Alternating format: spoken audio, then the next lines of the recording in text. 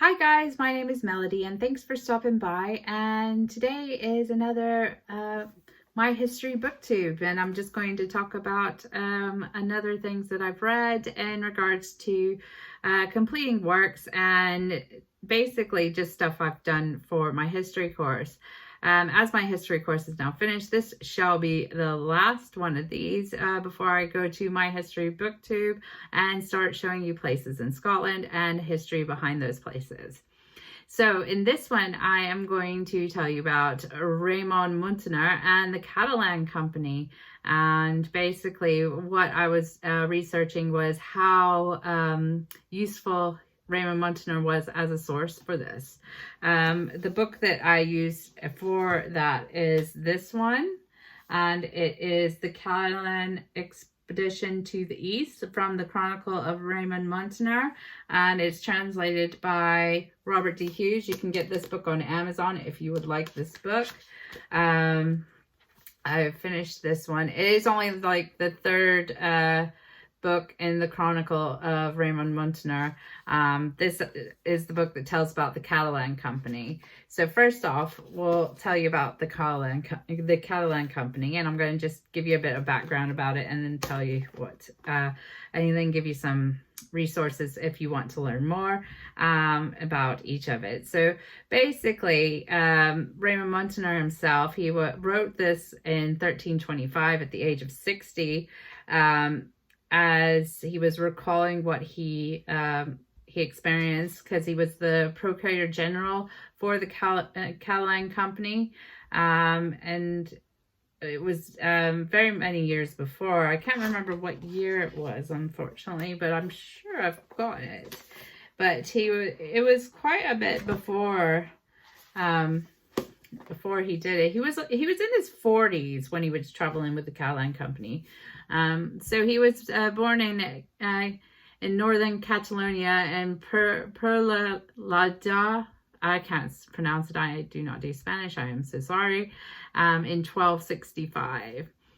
And it was, it was between the years 1302 and 1307 that he traveled with the Catalan Company, after which he became the governor of Gerba for Frederick of Sicily.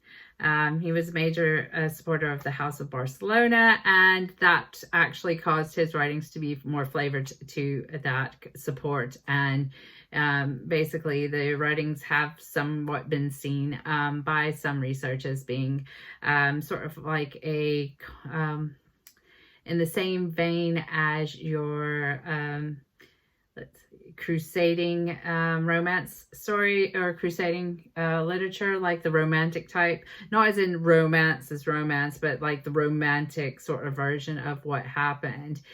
He actually had a lot of loyalty to Roger de Flor, who was the commander of the Catalan Company and organizer, who basically was a part of the Sicilian Vespers, and he was in the Templars, but he actually deserted the Templars and created the Catalan Company, and to try to get him out, I think it was Frederick who tried to, let me see which Frederick it was, Frederick the Second Hofstad, no, that was his dad died of that. So he actually was trying to get out of the Templars. So he offered his services to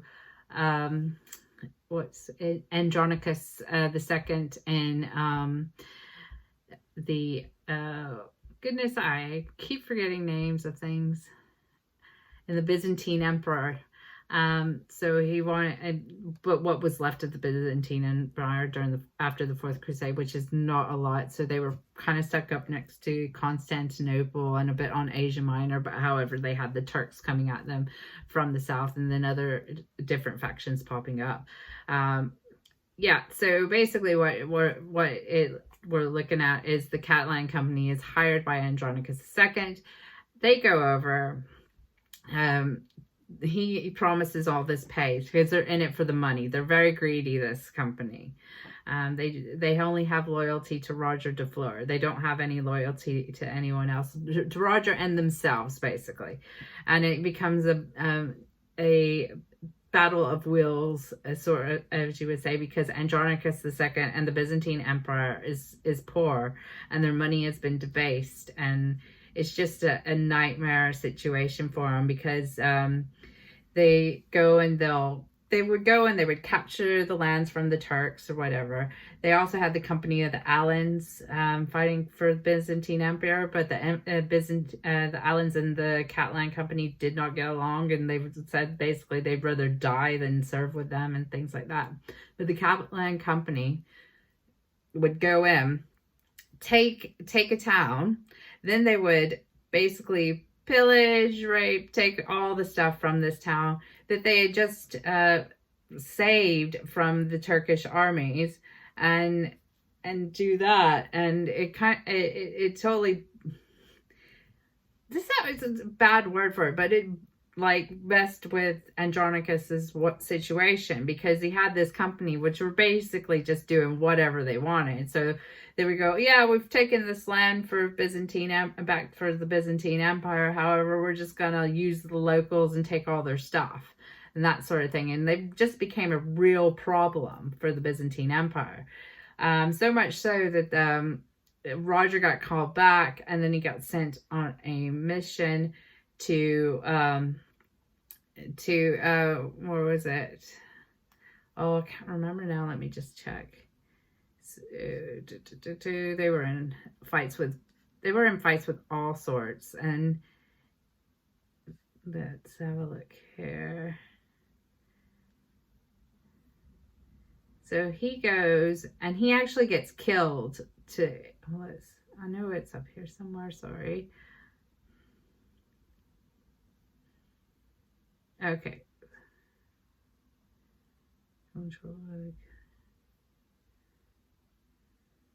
Yeah, Angenople, because he was because he got put in with Michael, the whatever IX is. No, it wouldn't be 6. I can't remember what that is. Okay, because I'm really bad at Roman numerals. But he got put over there. But then on the 30th of April, Roger de Flor was assassinated, which led to a whole nother problem, because then the Catalan Company goes on a vengeance and just starts taking land for themselves. So they do all this. And while all this is going on, our writer Muntaner is basically saying, oh, they promised us this. Roger is such a pious man. Blah, blah, blah, this sort of thing. However, other writers in the same period just get him, say that he's just going, they're just going off and they're just creating all this destruction and mayhem in an already volatile power vacuum situation that was there. But to say that Muntaner's work is not valid, it would be a disservice to actually this book, because what it does shows you is basic propaganda. Even though it's written much later than the actual event occurred, it's basically saying, how great are these guys? It is a propaganda story. It's when we say that history is written by the victors. In that case, this is very true, because it is. Even though Roger de Flor was assassinated, it goes into, and you go on and you learn about other things and how great they were. Let me just see if I can find something on here. So, because there is some bits on here. I don't know if I put them in here.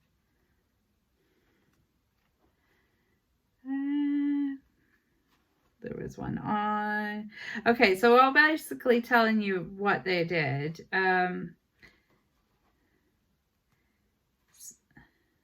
Siege of how it was raised.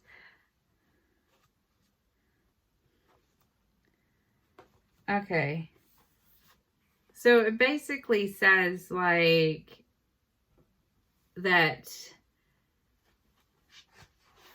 Andronicus II gave him a title of Grand Duke. So I'm trying to find a really short one in here, but there's not really a short one on here. So it's a case of mistaken translation. I don't know, because they keep going that Friar Roger was very good with Greek. However, Friar Roger did not understand the fact that the title that he was gifted by Andronicus II was a show title, basically. Now, he was given the command of the naval ships. However, this was a show title. I would say read this, because it's a lot of propaganda. It's like, I don't know. It's just amazing to see what they wrote.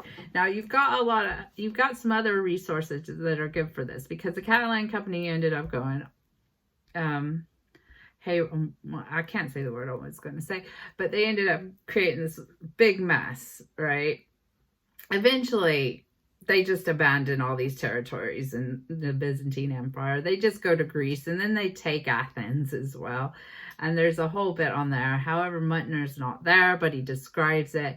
But what you've also got is you've got other people who write about this besides Muntaner. If you want to hear the our Catalan company is great, we're all good, we were able to get this much money from Andronicus II, things like that, and that they're going to pay for our whole family, that sort of thing. That's all in Muntaner's work. However, a different viewpoint is George Pachymeres, who was a chronicler and historian at the time, and he writes of, he doesn't favor anybody, basically. He doesn't favor the Catalan company. He doesn't favor Andronicus II. He just he's telling it basically how it is, sort of thing.